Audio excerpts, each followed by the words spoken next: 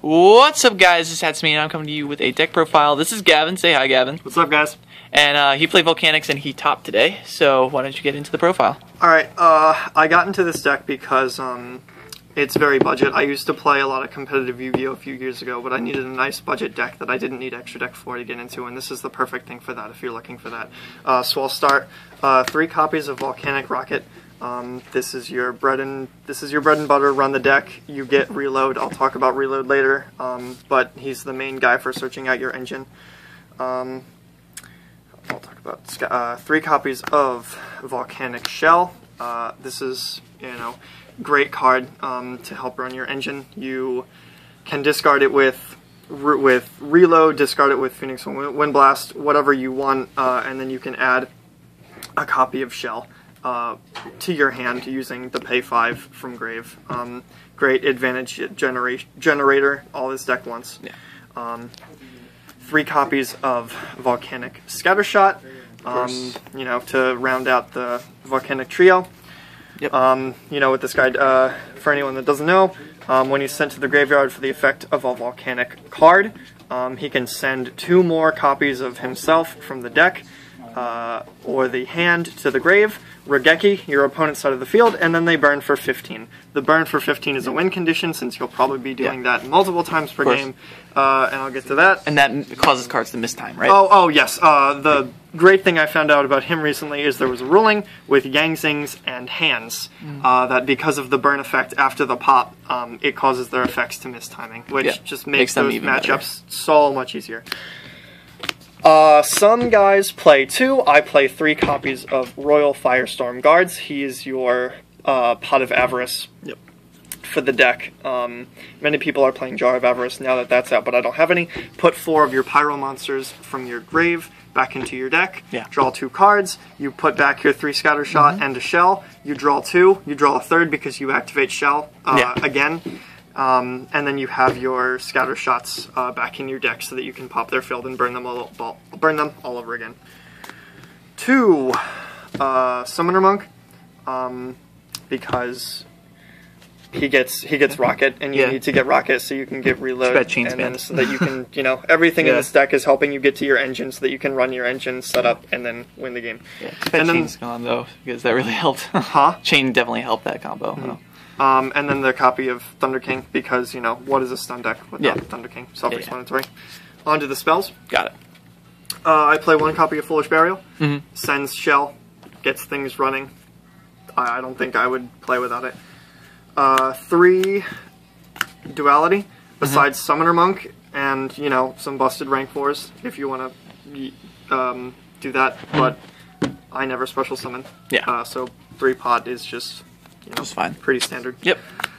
Some guys play 3. I play 2 copies of Magic Planter. Yep. You can, I'll talk about that more when I get to reload. And then this is a choice, but I play 3 MST. Yeah. And I never blind MST. These are strictly saved for the cards that will just wreck me in matches. The Skill Drain. Yeah. The Mistake. The Soul, whatever that stops your stuff in the grave. So it's just, that's what they're there for. On to traps. Reload. Your main engine. You can send a Volcanic monster from your hand to the grave. Draw a card. Shell is a +2. Scattershot, you pop their field. You can do. It's during either player's main phase. Yeah. So when it's in the graveyard, you can pitch it. It's the main card of the deck, most important card. And then that's perfect with the Planter, because this deck plays so many continuous trap targets. You can send it, you draw 2, and then you send Shell, and then you get another Shell. Yeah. It's +2, +3. You can Scattershot off it after you do that. It's just perfect. Yeah. 3 copies of Phoenix Chain. You send your dead Phoenix Chain with Magic Planter, and it's insane. You absolutely need this card. Negating monster effects is too good right now. Lone copy of Phoenix Wind Blast. You can play more. I opt to play 1 because I play 3 Phoenix Chain. You can discard Shell, add Shell. It's not no negs for you. You can discard Reload, and then scatter shot them. You can discard reload and then put shell, like whatever you want. Do you play Karma Cut main? I side deck. Okay. Karma Cut. Okay. For, you know. Yeah, why do you prefer that over Karma Cut? So I prefer this over Karma Cut because this will hit anything. Okay. Karma Cut is only a face-up monster. This, I can hit the back row, I can hit the front row, and if I need them stuck for a turn, I can send a card to the top of their deck and then ensure that I have them stuck for another turn. Yeah. This is a personal choice. 3 copies of Mind Crush. Okay. This is a metagame option. I find that it's really good right now against everything that's searching. Depending on if Necroz shifts out of the meta, depending on what is, you know... relevant. Depending on what's relevant, this will come in or out. I had to play against Satellar Knights today, and that was really, really good. Yeah. Really, really, really good. But, you know, not so good against Shadal.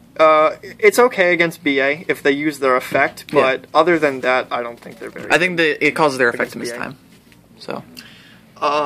3 copies of Reckless Greed with all of the drawing and that you're adding with the doing with the rest of the deck. It doesn't hurt you that much. Okay. Pretty self-explanatory. Solemn Warning. Yep. Don't need to explain that. Warning. This is a personal choice. I choose Compivac over Bottomless because I can Compivac my Rocket. I can Compivac their extra deck monsters. This will get around, cannot be destroyed by X. This will kill the construct with, you know, little setback. Yep. It'll kill the Winda. I am a very big fan. Yeah. And Emptiness, because you don't special. Emptiness is too good. Okay. So that's it. Okay, thank you, Gavin, and yeah, we'll see you next week.